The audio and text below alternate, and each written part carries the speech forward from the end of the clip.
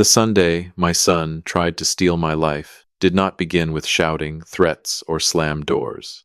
It began with biscuits in a warm kitchen, my granddaughter's crayon drawings taped to a refrigerator, and my daughter-in-law asking whether I wanted honey in my tea. That is what still troubles me most, brothers and sisters. Evil does not always arrive with a black coat and a warning sign. Sometimes it smiles at you across a breakfast table and calls you Dad. My name is Samuel Whitaker. I was 72 years old when this happened, retired from 38 years as a county surveyor in western North Carolina. I know land. I know boundary lines, creek beds, old fence posts, corners marked by stones, long before anybody thought to put them on paper. I spent most of my adult life walking properties other men only saw on maps, and I built my life the same way I measured ground, slowly, carefully, one fixed point at a time. I lived alone in a white farmhouse outside Hendersonville, on 37 acres my wife and I bought when we were still young enough to think 30-year mortgages were just another kind of weather. My wife, Margaret, had been gone 6 years by then. Cancer took her in a winter so gray I still remember the color of the hospital windows. After she passed, people kept telling me I ought to sell the place, move into town, maybe buy a condo where the grass cut itself, and no one had to worry about me slipping on the porch steps. But that farm was not just land. It was where Margaret planted peach trees behind the shed. It was where my children learned to ride bikes in the gravel drive. It was where I buried 3 dogs and 1 good marriage. I had no intention of leaving it just because my knees clicked when I stood up. My son, Brian, had other ideas. Brian was 46, a general contractor, or at least that is what he still called himself. He had charm in the way some men have expensive watches, visible, polished, and useful when he wanted someone to trust him. His wife, Melissa, sold real estate and spoke in that careful voice people use when they want you to think every sentence has been professionally staged.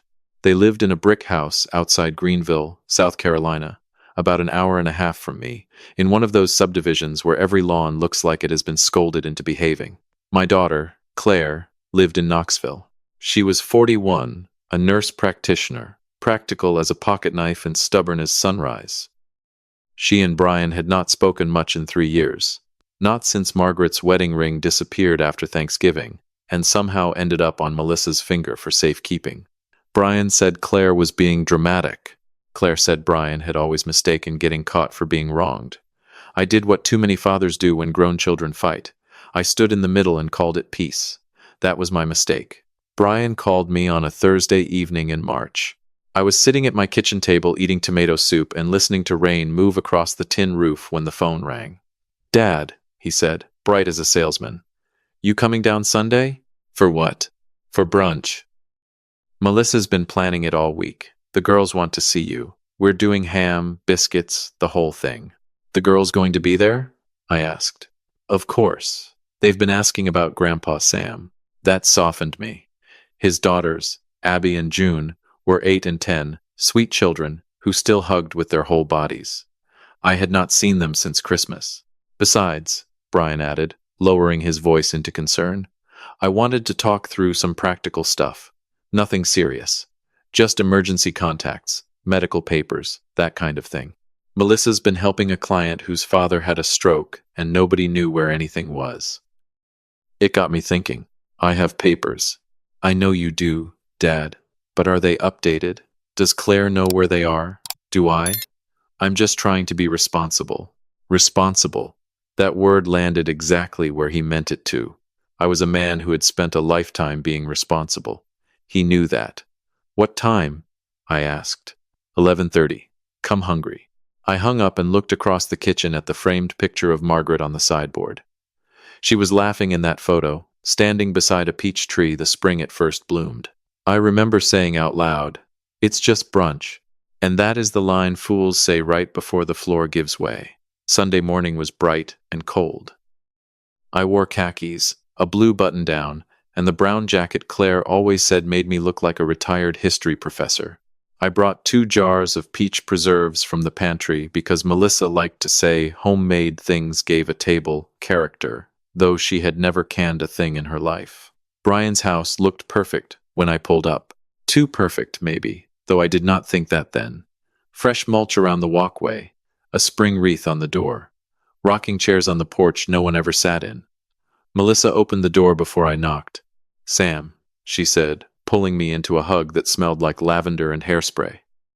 "You made it."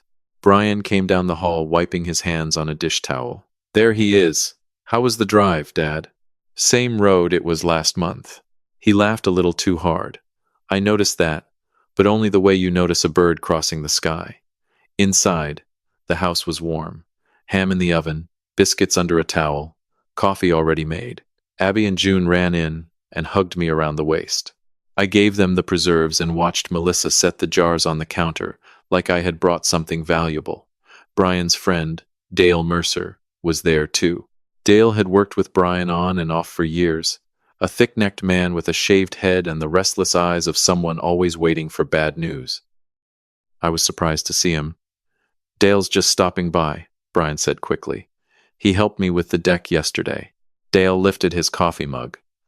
"Good to see you, Mr. Whitaker." There was one other woman in the kitchen, a notary Melissa knew, named Patrice. Melissa introduced her as a friend from the office. Patrice wore red glasses and had a leather folder tucked under one arm. I remember the folder because it did not match brunch. It looked like business had walked into a family meal and tried to hide behind a muffin basket. But the girls were laughing. The biscuits were hot.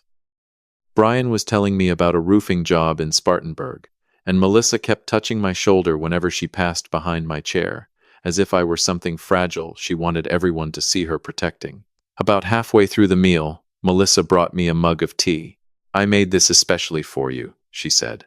"Lemon balm, chamomile, a little honey. It helps with inflammation and sleep. My broker swears by it." "I sleep fine." Brian smiled. "Dad, you told me last month you were waking up at 3 in the morning." I said once. "Exactly. This is natural. No pills, no nonsense, just herbs." The tea smelled sweet and grassy. I did not want it. That is the truth. But Melissa was standing there with that expectant smile, and Brian was watching me over his coffee cup, and my granddaughters were arguing about whether peach preserves were better than strawberry jam. I took a sip. "Not bad," I said. Melissa smiled wider. "Drink it while it's warm." I drank, about half. 20 minutes later, the room began to soften at the edges. Not spin, exactly. Not like vertigo. More like the world had been wrapped in cotton. I could hear Brian talking, but his words reached me a second late. My mouth felt dry. The fork in my hand seemed heavier than it should have been. "You okay, Dad?" Brian asked. "Just tired." Melissa and Brian exchanged a look. "Quick." "Practiced." "There it is again," Melissa said softly. "There what is?" I asked. Brian leaned back. "Dad, you've been having these spells. You know that, right?" "No, I haven't." He looked at Dale. Dale looked down at his plate. "Last Christmas," Brian said, "you asked me the same question 3 times. I asked whether you fixed the truck. 3 times, Dad." Melissa sat beside me and put her hand over mine. "No one is blaming you. We just want to make sure you're safe." Safe. That was the second word they used like a key. I looked at my granddaughters. They had gone quiet. "I'm fine," I said, but the sentence came out slower than I intended. After brunch, Brian suggested we sit in his office and look over simple emergency forms. I remember the hallway feeling longer than usual. I remember Patrice following us with that leather folder. I remember thinking I should call Claire, then not remembering where I had put my phone. Brian's office smelled like printer ink and new carpet. He sat me in a leather chair facing the desk. Melissa stood behind me. Patrice opened her folder. "This is just so Brian can help if anything happens," Melissa said. Patrice slid papers across the desk. The print looked small, the words crowded together. "I don't sign things without reading," I said. "Of course not," Brian said. "No one's asking you to." But he was. They all were. The pen was already beside my hand. I tried to focus. Durable power of attorney, medical authorization, property management. My eyes caught phrases but could not hold them. Brian's voice stayed gentle. "We can take these to the bank tomorrow," he said. "They'll want ID. It'll be easier if I drive you." "Bank?" "Just to add me as backup on the accounts, in case of emergency." I pushed the papers back. Not today. The room changed. Not visibly, not enough for a stranger to notice, but I felt it. Melissa's hand lifted from my shoulder. Patrice closed her mouth. Brian's smile held, but the warmth went out of it. Sure, he said. No rush. But there was a rush. I just did not know it yet. I should have gone home right then. Instead, I let Brian talk me into staying until the fog passed. He said, I looked pale. Melissa said the mountain roads were dangerous when a man was tired. Dale said he could follow me home later, make sure I got there. Everyone sounded so reasonable that I began to feel unreasonable for wanting my own car keys. I found them in my jacket pocket around 4 o'clock and said I was leaving. Brian offered to drive behind me. I told him no. That was one of the last clear decisions I made that day. The drive home comes back in pieces. Sunlight through bare trees. A gas station sign. My hands gripping the wheel, at 10 and 2 like I was 16 years old again. When I got home, I sat in the truck for 10 minutes before I could make myself stand. I slept 12 hours that night. Monday morning, Brian was on my porch at 8:30. He had never shown up at my house at 8:30 in his life. Dad, he said when I opened the door, you scared us yesterday. I was tired. You are confused. I was not confused. He stepped inside without being invited. Let's not argue. Just come to the credit union with me. We'll update the emergency contact. Nothing else. Then I'll stop worrying. I should have said no. I know that now, and maybe you're sitting there thinking you would have said no. Maybe you would have. But when your own son stands in your kitchen looking worried, when you are 72 and secretly afraid that maybe you did seem confused, when part of you wonders if the ground is shifting under your feet and everyone else can see it before you can, pride becomes a dangerous thing. I went. The Henderson County Credit Union sat beside a pharmacy and a tire shop. Nothing fancy. I had banked there for 27 years. The branch manager was a woman named Angela Price. I knew her by sight. She knew me too, because small towns remember deposits, funerals, and who brings Christmas cookies to the counter. Brian did most of the talking. That was the first thing Angela noticed, though she told me later it was not the only thing. My father wants to add me to his accounts, Brian said. Angela looked at me. Is that right, Mr. Whitaker? I opened my mouth, and for one terrible second, I could not remember the word beneficiary. I knew what I meant. I could see the meaning in my head, but the word itself had stepped behind a curtain.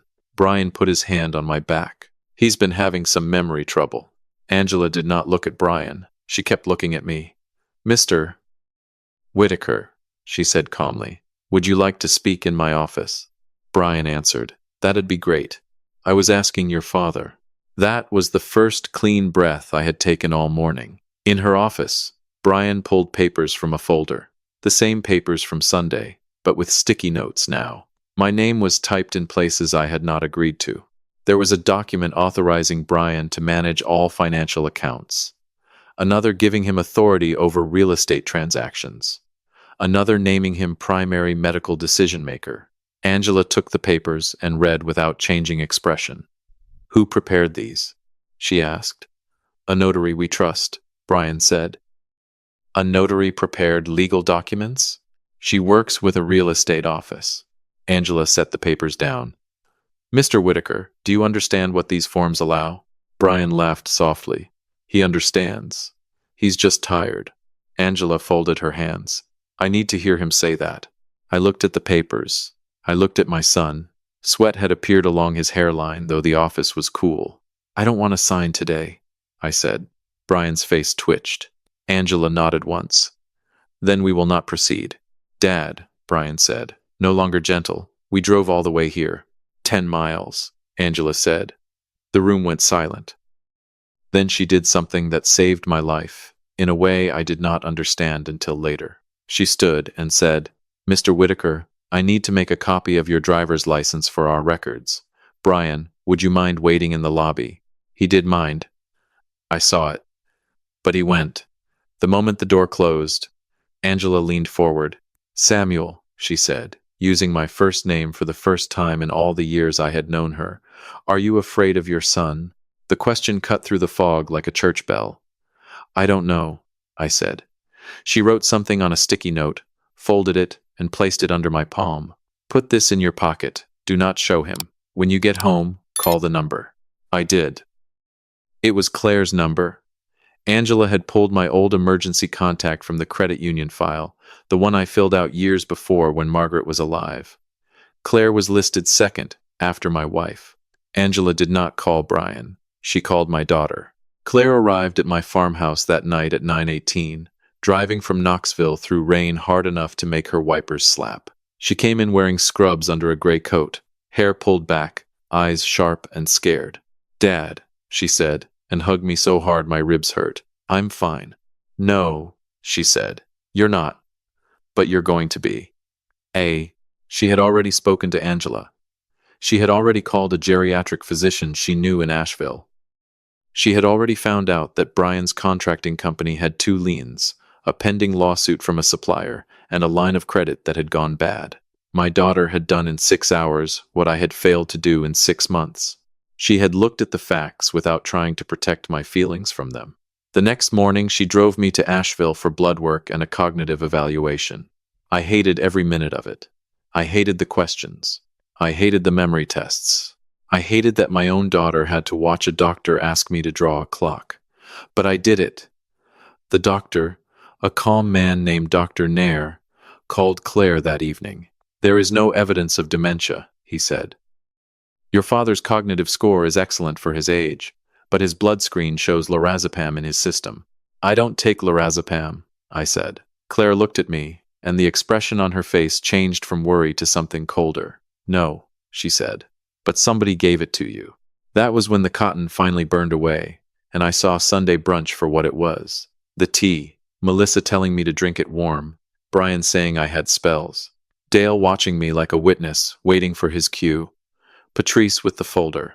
The girls suddenly quiet when the grown-ups started talking about my mind. My son had not been worried about me. He had been staging me. Claire did not confront him. That is important. She did not call Brian screaming. She did not tell Melissa we knew. She became very calm, and when Claire becomes calm, even weather pays attention. "Dad," she said, sitting across from me at the kitchen table, "I need you to do exactly what I say. I've been taking orders from women named Whitaker since 1974. That almost made her smile. For the next 11 days, my farmhouse became a war room. Claire moved into the guest room. Angela Price, from the credit union, filed an internal elder exploitation report and preserved the lobby and office camera footage. Dr. Nair wrote a formal letter stating I had full capacity and that the sedative in my blood was not prescribed to me. Claire contacted Adult Protective Services and a detective with the sheriff's office named Marcus Reed. Then she found the rest of it. Brian had not just wanted access to my checking account.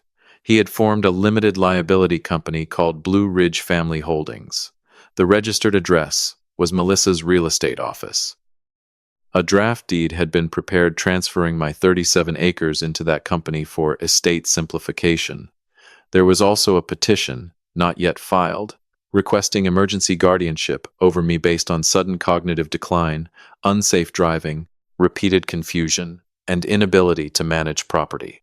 Attached were 3 witness statements: Brian's, Melissa's, Dale Mercer's. Dale claimed he had watched me forget my granddaughter's names at brunch. That was a lie. Melissa claimed I tried to put my coffee cup in the oven. Another lie. Brian wrote that I had become paranoid and hostile when offered help. And Patrice, the notary with the red glasses, had already notarized a signature page I had never signed. I looked at that page for a long time. My name was there, or someone's version of it. The S looped wrong. The W leaned too far right. I had signed thousands of survey reports in my life. I knew my own hand. "That isn't mine," I said. Claire touched my shoulder. "I know. How much did he need?" She hesitated. "Tell me." "His company is upside down by about $680,000. There may be private debt too. Melissa has been advertising your land quietly to a developer out of Charlotte. Not officially, but enough to test interest." I stood and walked to the window over the sink. Outside, the peach trees were just beginning to bud. Margaret's trees, my land. my life's work, the place my wife had loved more than any diamond Brian could slip onto Melissa's hand. Brothers and sisters, there are betrayals that burn, and there are betrayals that freeze. This one froze me all the way through.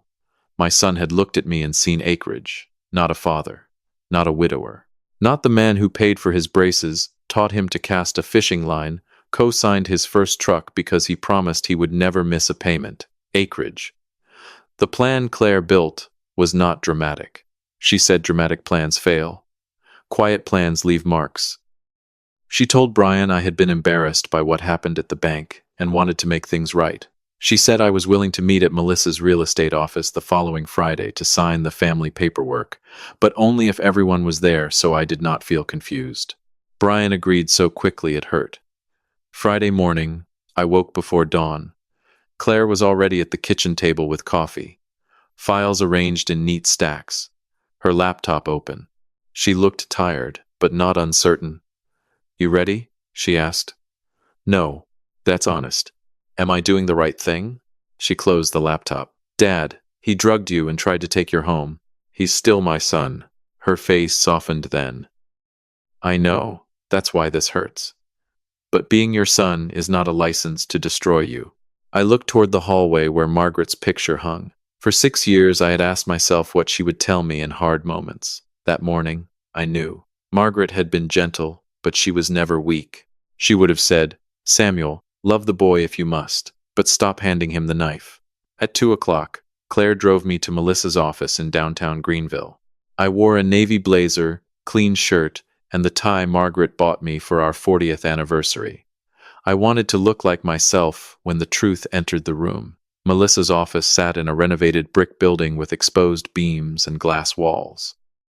The kind of place where people sell lifestyle instead of houses. Brian was already there when we arrived. So were Melissa, Dale, and Patrice. All 4 of them turned when I walked in. Brian smiled, like a man seeing a locked door swing open. "Dad," he said, "I'm proud of you." That sentence nearly broke something in me. "For what?" I asked. "For trusting us." Claire stood beside me. Brian's smile tightened when he saw her. "What's she doing here?" "My daughter came to help me understand the paperwork," I said. Melissa stepped forward. "Sam, we talked about keeping this simple. Too many voices can make things harder." Claire looked at her. "Then I'll speak slowly." Patrice cleared her throat. "I have another appointment at 3, so if we could begin." "Please," Claire said. "Begin." Patrice opened her leather folder. There they were. The power of attorney, the medical authority, the deed transfer, the LLC documents. My life reduced to paper and tabs. Brian sat beside me and put a pen near my hand. "No pressure," he said.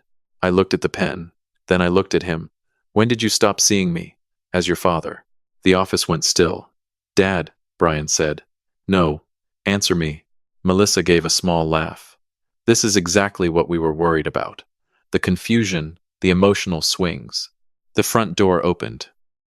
Angela Price walked in first, wearing a dark suit and carrying a folder from the credit union. Detective Marcus Reed followed her, along with a woman from Adult Protective Services and a deputy in uniform. Brian stood so fast his chair hit the wall. "What the hell is this?" Claire took the pen from the table and set it aside. "This," she said, "is the part where you stop managing the story." Detective Reed was not a large man, but he had the kind of quiet that filled a room. He showed his badge and asked everyone to remain seated. Melissa did not sit. She backed toward her desk until the deputy gently blocked her path. Claire opened her folder. "The first document," she said, "is a letter from Dr. Arjun Nair confirming my father's full cognitive capacity based on examination conducted Tuesday morning." She placed it on the conference table. "The second is a toxicology report showing lorazepam in his system less than 48 hours after Sunday brunch, despite the fact that he has no prescription for it." Melissa's mouth opened. "The third is camera footage and a sworn statement from Angela Price, branch manager at Henderson County Credit Union, documenting an attempt to pressure my father into granting account access while impaired." Angela placed her folder on the table. "The fourth," Claire continued, "is a draft guardianship petition prepared before any doctor had evaluated my father, containing false witness statements from Brian Whitaker, Melissa Whitaker, And Dale Mercer. Dale whispered. Brian said it was just family stuff. Detective Reed looked at him. You'll have time to explain that. Claire placed the forged signature page down last. And this is a notarized signature page for a deed transfer my father never signed. Patrice had gone pale behind her red glasses. That was provided to me, she said. I didn't know. You notarized a man who wasn't present, Claire said. You knew enough. Brian looked at me, then at the detective, then back at me. The charm was gone. Without it, my son looked younger and meaner, like a boy caught breaking something expensive. Dad, you don't understand. I was trying to protect the land. From whom? From taxes. From probate. From Claire getting in your head. Claire laughed once, without humor. I kept my eyes on Brian. How much do you owe? He said nothing. Melissa started crying first. Not loudly, just enough to see if it would change the room. When no one moved to comfort her, the tears stopped. How much? I asked again. Brian's jaw worked. Everything was falling apart, he said. The company, the loans, the lawsuit. You were sitting on land you weren't using. Land I wasn't using. There it was. You could have asked for help, I said. I did ask. You said no when I wanted the development survey. You asked me to sell Margaret's peach orchard to a builder. You're 72, he snapped. What are you going to do with 37 acres? Mow it until you drop dead? The room sucked in a breath. And strangely, that was the moment I stopped shaking, because finally he had said it plainly. Not concern, not safety, not responsibility. Impatience. He was tired of waiting for me to die. I leaned forward. Brian, that land was not your inheritance. It was my home. My money was not your rescue plan. It was my life. If I had chosen to sell every acre and spend the last dollar on diner coffee and bad fishing trips, that would have been my right. His eyes filled then, but not with remorse. Fear. That is a different kind of water. I didn't mean for it to go this far, he said. You put a sedative in my tea, Melissa said. It was one pill. He was anxious. We just needed him calm enough to listen. Detective Reed turned his head slowly toward her. Ma'am, I recommend you stop talking. Brian covered his face. Dale started muttering that he wanted a lawyer. Patrice sat down like her knees had been cut. The deputy moved closer. I looked at my son one last time before the handcuffs came out. You know what your mother used to say about land? I asked. Brian would not look at me. She said nobody owns land forever. We only get to care for it while God lets us stand on it. You couldn't even wait until I was done standing. No one spoke after that. Brian, Melissa, Dale, and Patrice were all charged in stages. Financial exploitation of a vulnerable adult. Forgery, conspiracy, attempted unlawful transfer of property. Administering a controlled medication without consent. Patrice lost her notary commission before the criminal case even reached court. Dale took a plea and admitted Brian paid him $5,000 to sign the statement. Melissa tried to claim she was only helping with estate planning until investigators found emails between her and the developer from Charlotte. Brian held out the longest. He always did hate admitting a wall was a wall. The trial came the following winter. By then, Claire had helped me create a proper living trust with an independent attorney from Asheville who had never met either of my children. Claire was listed as successor, trustee, not owner, not controller, not queen of anything, successor. If I became unable to manage my affairs, she could protect me. Until then, every decision remained mine. That distinction matters. On sentencing day, I sat in the second row of the courthouse wearing the same navy blazer. Brian did not turn around when he entered. Melissa did, once. She looked smaller without the staged kitchen and perfect smile. Dale stared at his shoes. Patrice cried into a tissue.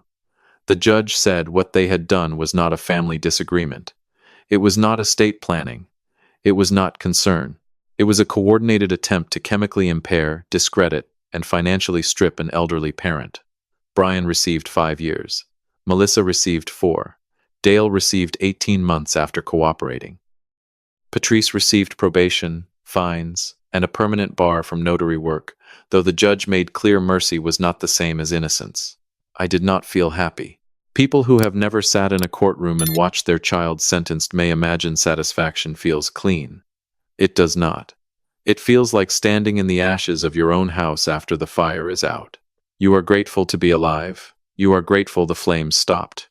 But you still remember where the kitchen used to be. Claire drove me home that afternoon. Neither of us said much for the first 30 miles. The mountains rose blue and quiet in the distance. Near Hendersonville, she pulled into a roadside diner Margaret and I used to like, the kind with rotating pie under glass and waitresses who call everybody honey. You hungry? Claire asked. No. Good. We'll get pie. I laughed for the first time in weeks. We sat in a booth by the window. She ordered apple. I ordered coconut cream. For a while, we just ate like two tired people who had carried something heavy and finally found a table strong enough to set it down. I should have seen him clearer, I said. Claire shook her head. You saw your son. That's the problem. No, she said. That's the grief. Outside, evening settled over the parking lot. A man helped his wife step down from a pickup. A boy in a baseball cap held the door open for his grandmother. Ordinary kindness, small as a match flame, still burning in the world. When we got back to the farm, Claire walked with me to the peach trees. The buds had opened a little more. Margaret would have noticed before I did. She noticed living things early. Claire slipped her arm through mine.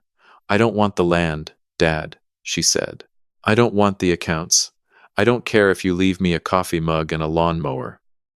I just want you safe. I looked at my daughter, and for a moment I saw her at 12 years old, muddy knees, holding a broken bird in both hands, and demanding I fix it because fathers were supposed to know how. I had not fixed everything. I had failed in places I could not go back to, but she was standing beside me anyway. I know, I said, and I did. I still live on that farm. I still make my own coffee. I still drive, though Claire makes me text when I arrive. And I pretend to complain because it gives her something to roll her eyes about. The peach trees bloomed heavy that spring. I gave jars of preserves to Angela at the credit union, to Dr. Nair's office, and even to Detective Reed, who said his wife ate half a jar with a spoon. As for Brian, I have not visited him. Maybe one day I will, maybe I won't. Forgiveness is not a door other people get to push you through. Sometimes it is just a window you look toward while you keep breathing. But I will tell you this, brothers and sisters. Concern does not ask you to sign away your life while you are confused. Love does not drug your tea and call it safety. Family is not measured by who shares your blood, but by who protects your dignity when you are most at risk of losing it. And if you are older, alone, trusting, or simply tired, hear me clearly. Put your papers in order while your mind is sharp. Choose someone who loves you more than they love what you own. Tell your bank whom to call. Tell your doctor what you take. Tell your family that your life is not a waiting room for their inheritance. Because sometimes the person reaching for your hand is not trying to help you stand. Sometimes they are checking how easy it will be to take your keys. Protecting the people we love sometimes means asking hard questions before trouble grows. A clear plan, an honest bank officer, a brave daughter, and one steady voice can turn fear into safety. Hold your family close, but also protect your dignity, your choices, and your peace, so the years ahead can still bloom like spring trees.